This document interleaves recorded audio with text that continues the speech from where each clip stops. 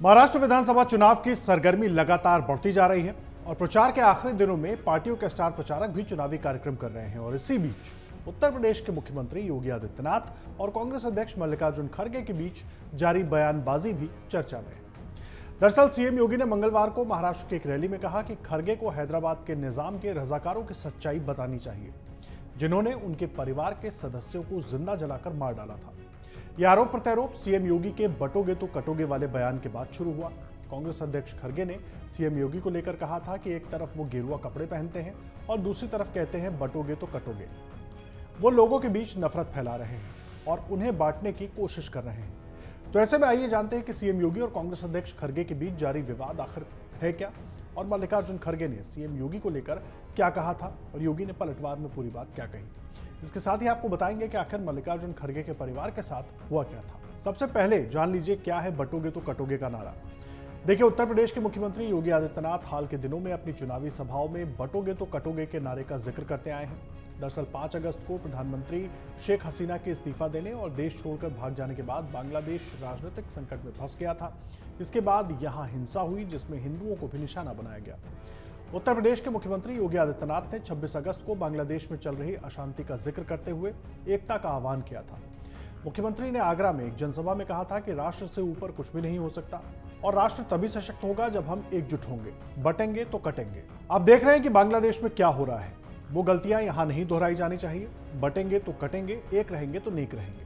CM का आगरा में दिया गया ये बयान यहीं तक सीमित नहीं रहा और इसे उन्होंने हरियाणा और जम्मू कश्मीर के विधानसभा चुनावों में भी इसका जिक्र किया। अब जब झारखंड और महाराष्ट्र में विधानसभा के चुनाव हो रहे हैं तो योगी यहां भी चुनावी सभाओं में बटेंगे तो कटेंगे और एक रहेंगे तो सेफ रहेंगे जैसे नारे गढ़ रहे हैं। तो आइए अब हम आपको बताते हैं कि सीएम योगी और कांग्रेस अध्यक्ष खड़गे के बीच, मल्लिकार्जुन खड़गे के बीच क्या विवाद है। कांग्रेस अध्यक्ष मल्लिकार्जुन खड़गे ने मुख्यमंत्री योगी आदित्यनाथ पर लोगों के बीच नफरत फैलाने और बटोगे तो कटोगे जैसे बयानों से लोगों को बांटने की कोशिश करने का आरोप लगाया। 10 नवंबर को मुंबई में संविधान बचाओ सम्मेलन में कांग्रेस अध्यक्ष ने कहा, कई नेता साधुओं के वेश में रहते हैं और अब राजनेता बन गए हैं, कुछ तो मुख्यमंत्री भी बन गए हैं। वो गेरुआ कपड़े पहनते हैं। मैं बीजेपी से कहूंगा कि या तो वो सफेद कपड़े पहनो, या अगर आप सन्यासी हैं या गेरुआ कपड़े पहनते हैं तो राजनीति से बाहर निकल जाओ। मल्लिकार्जुन खड़गे ने कहा कि एक तरफ आप गेरुआ कपड़े पहनते हैं और दूसरी तरफ आप कहते हैं बटोगे तो कटोगे। वो लोगों के बीच नफरत फैला रहे हैं और उन्हें बांटने की कोशिश कर रहे हैं। सुनिए। वो आए, कौन एक साधु के बेस में रहते हैं, लेकिन अच्छे पॉलिटिशियंस बन गए हैं, चीफ मिनिस्टर भी बने हैं और उनका गेरुआ कपड़े पहनते हैं और सर पे बाल भी नहीं रखते। तो ऐसे एक नेता है जो बीजेपी ने पैदा किए। ठीक है कि हम मुझसे मैं ये कह रहा हूं उनको, बीजेपी को, या तो सफेद कपड़े डालो, या तो सन्यासी कपड़े डालते हो, गेरुआ डालते हो, पॉलिटिक्स से बाहर हो जाओ।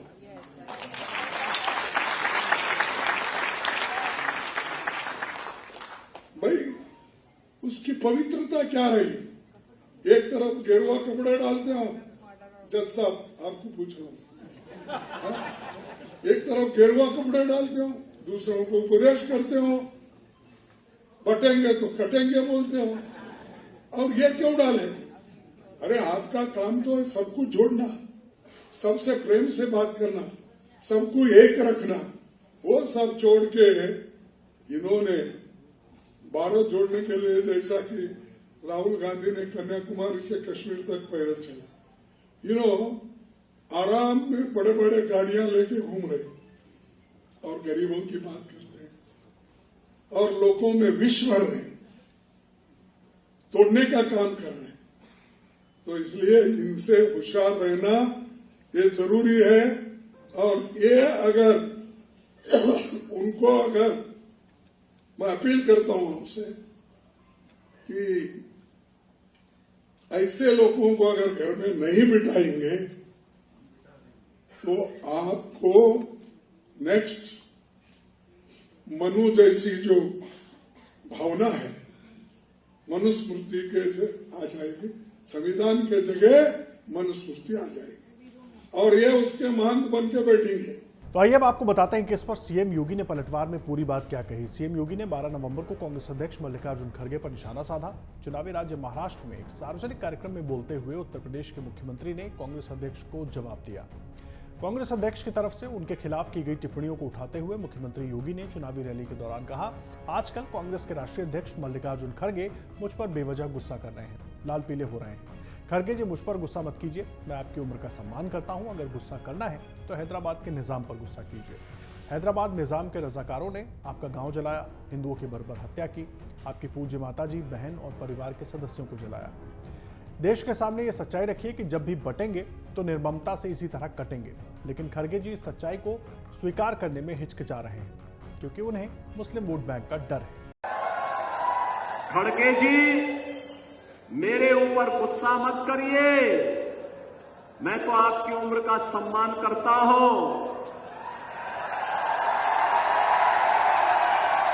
आपको गुस्सा करना है तो निजाम पर करिए, हैदराबाद के निजाम को, जिस हैदराबाद के निजाम के रजाकारों ने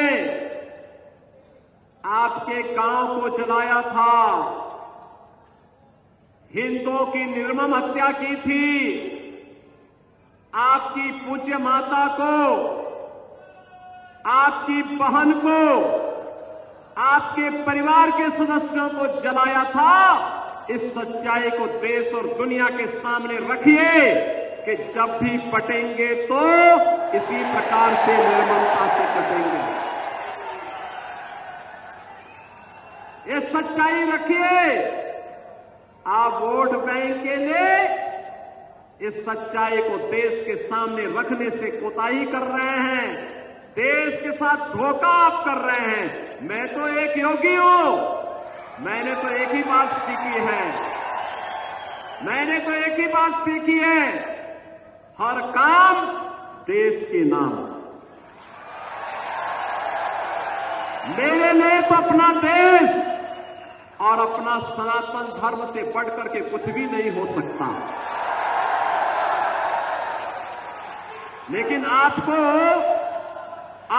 कम से कम सच्चाई वो रखनी चाहिए जो देश की आजादी के तत्काल बाद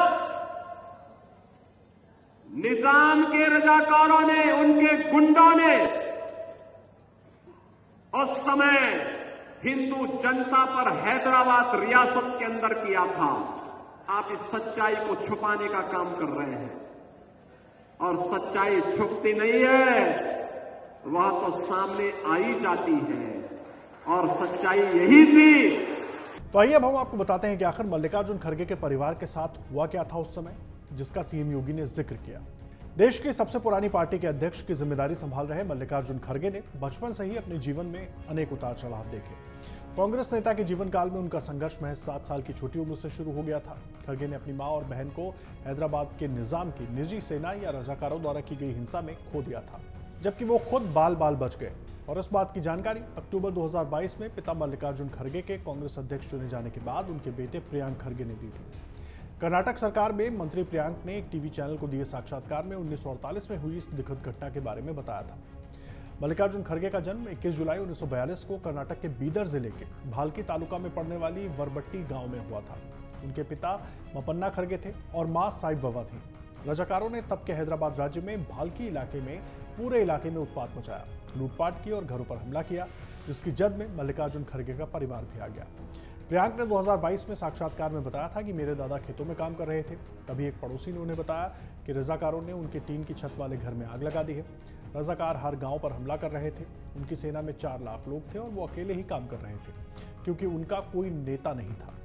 मेरे दादा घर की ओर भागे, लेकिन वो केवल मेरे पिता को बचा पाए जो उनकी पहुंच के भीतर थे। मेरी दादी और चाची को बचाने के लिए बहुत देर हो चुकी थी, जिनकी इस घटना में जान चली गई थी। घटना के बाद वो और उनके पिता परिवार में अकेले रह गए और रजाकारों के डर से आसपास के गांव में उन्हें शरण देने के लिए कोई आगे नहीं आया। फिर वो गुलबर्गा में शरण लेने चले गए क्योंकि उनके चाचा गुलबर्गा में सिपाही के तौर पर काम कर रहे थे, लेकिन उन्हें अपने चाचा का पता नहीं मिल पाया।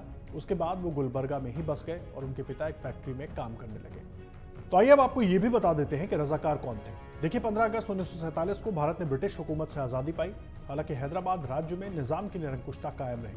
अमृत महोत्सव की वेबसाइट के अनुसार रज़ाकार के नाम से जाने जाने वाली निज़ाम की सेना ने लोगों को यातना, जबरदस्ती अत्याचार, लूटपाट, आगजनी और अन्य प्रकार के उत्पीड़न का शिकार बनाया था। अगर आप ये वीडियो YouTube पर देख रहे हैं तो हमारे चैनल को सब्सक्राइब कर बेल आइकन दबाएं और Facebook पर देख रहे हैं तो हमारे पेज को लाइक करें। 8 मिलियन प्लस सब्सक्राइबर, आपके इस भरोसे के लिए बहुत धन्यवाद।